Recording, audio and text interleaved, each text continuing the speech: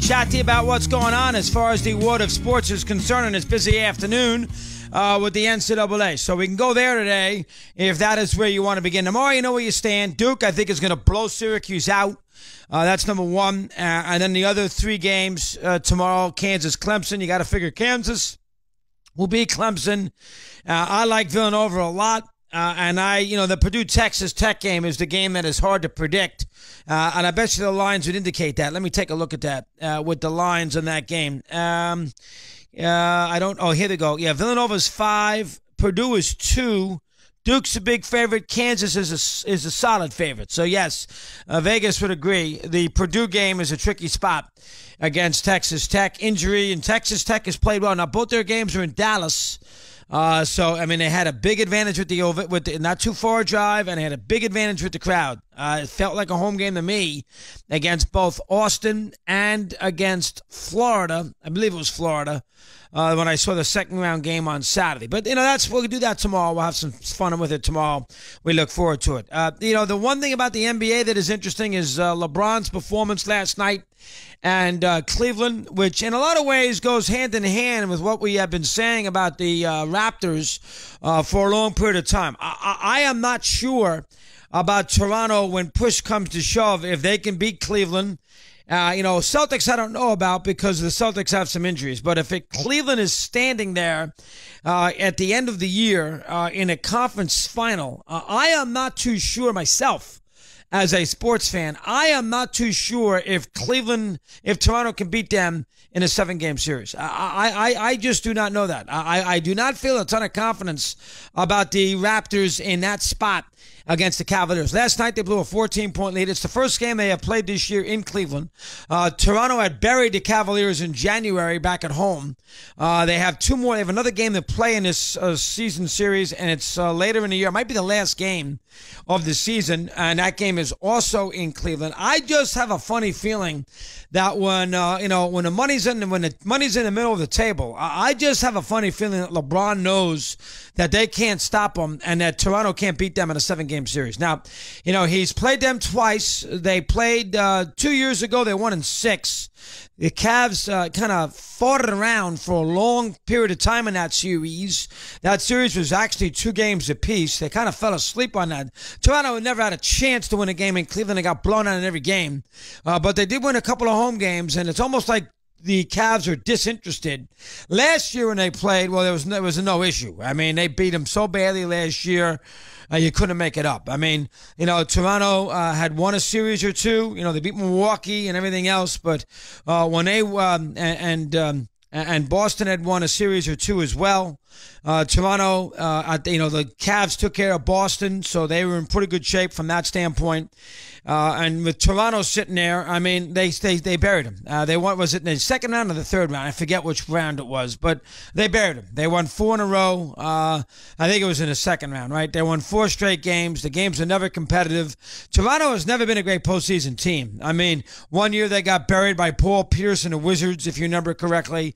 Larry's always, had some, seems like some anxiety issues, and I'm not making light of it, but, some issues in postseason play. And that one year he had to leave the arena for a while, go back to the back into the locker room, leave the floor. That was odd.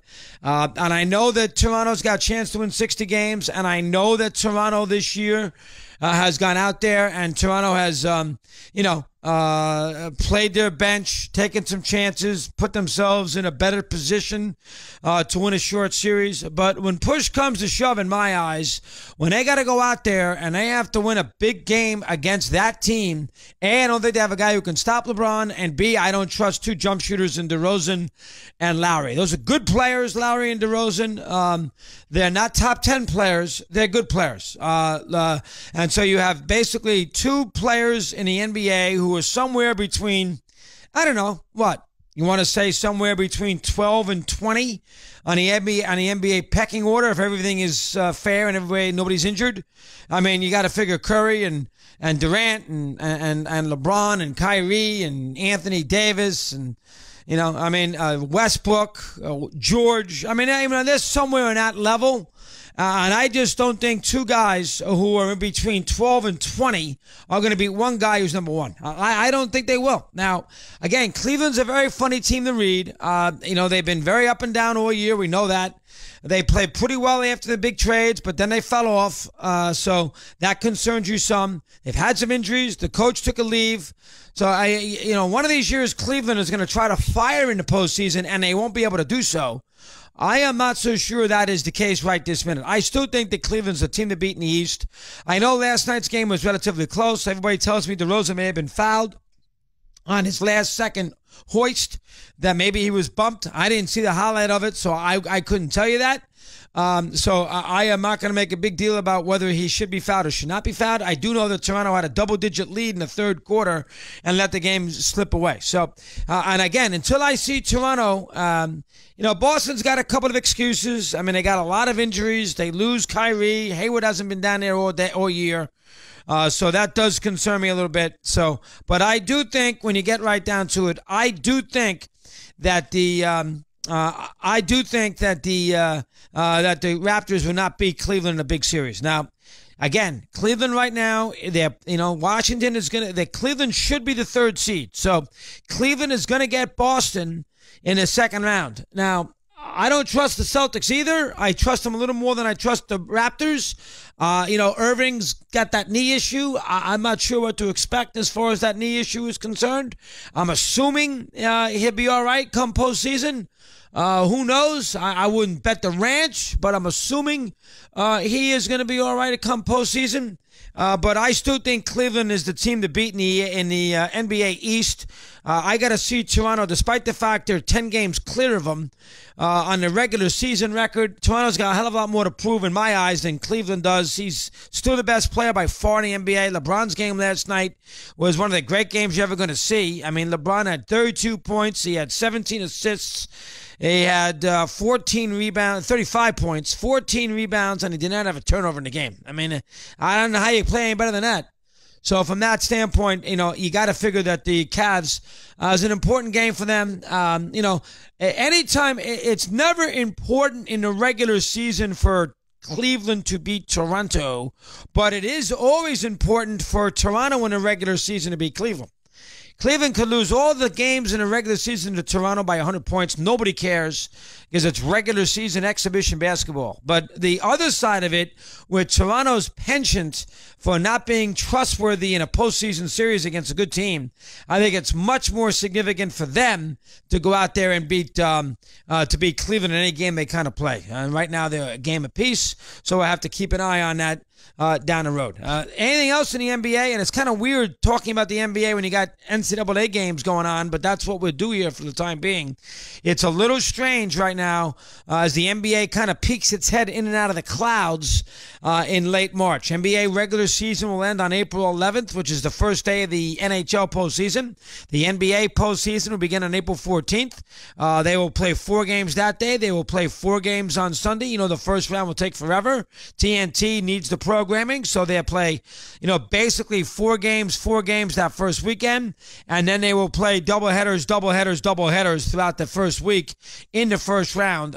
They will probably play a couple nights where there'll be 3 games, but they will try to extend that first round and even play a game 2 of that series, even on, say, on Thursday. So they'll play a first round game on Sunday, first game of a best of 7 on Sunday, and the game 2 of that series will not be until the following Thursday, so they can extend it, and we can, have NBA playoffs into the middle of August. But that's the way they want to do it, and I understand that. It's programming. TNT doesn't have any.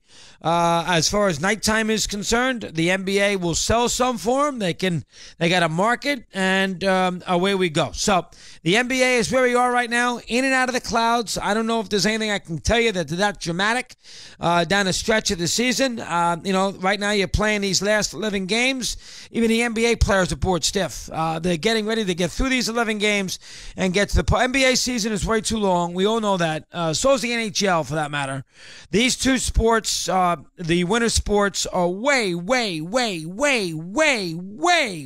too long. 16 in the NBA, 16 in the NHL. The fact that the NHL plays all these games to eliminate half their squads, the NBA plays all these games to eliminate I think they even eliminate less. Let's see, 5, 10, 15. They have 30 teams and 16 teams make the playoffs. I mean, that's ridiculous. You know, when you think about it, when you get right down to it, is that the dumbest thing in the world? And the NHL has 8. They have 32 teams, so at least they're half. 16 to 16. Okay, phones are down. I guess Sirius, which is their norm, did not pay the phone bill. I've never worked for a company in all my life. And I've worked a lot of places. I worked in Philly. I worked at MCA. I worked at WFAN. I've worked at TV, writing books. I mean, I have worked in a lot of mediums I have never seen in my life. And I've been doing this now for about 35, 36 years. 1983. Even WOKV in Jacksonville, even WEXI, a dawn in the dusk station on 1280 a.m., where they got into a lot of legal trouble in Jacksonville, Florida, back in 1983. I always had the phones worked, but somehow, some way, it's at Sirius XM. I don't know. The bill gets lost with the assistants. I don't know, but they didn't pay the Verizon bill. So as a result, we don't have any phone calls for the time being. And so you might just hear I don't know. You might hear the beginning of Joe Buck yesterday with the cell phone. How's that? Coach K. Coach K, here we go. It's amazing. They don't pay the bills. I've never seen anything like it. Somebody upstairs, Andy Morse, I love you, but can you pay the bill? Write a check. It's expensive. Now, I'm not trying to tell you the bill is cheap. I mean, it's an expensive bill. I mean, my goodness. But we are a talk radio program. We are. Nobody's going to call about Jason Pierre-Paul. I get it. But we need to have weapons at our use. That is like going into a war against tanks with horses. And that's kind of what we're doing right now. We're up against a tank, and we got cavalry. Well, you're not winning that way. Simple. You're not winning. But they don't pay the bills. They don't pay the bills. And it's afternoon coffee break for the engineering department. So there you go. They get that 15-minute break between 3:15 and 3:30. Tell Russo to keep his mouth shut. We'll get to it when I finish my bun. Laugh, Eddie. Zig Frikazi's got the sports bite. We come right back. He's on Mad Dog.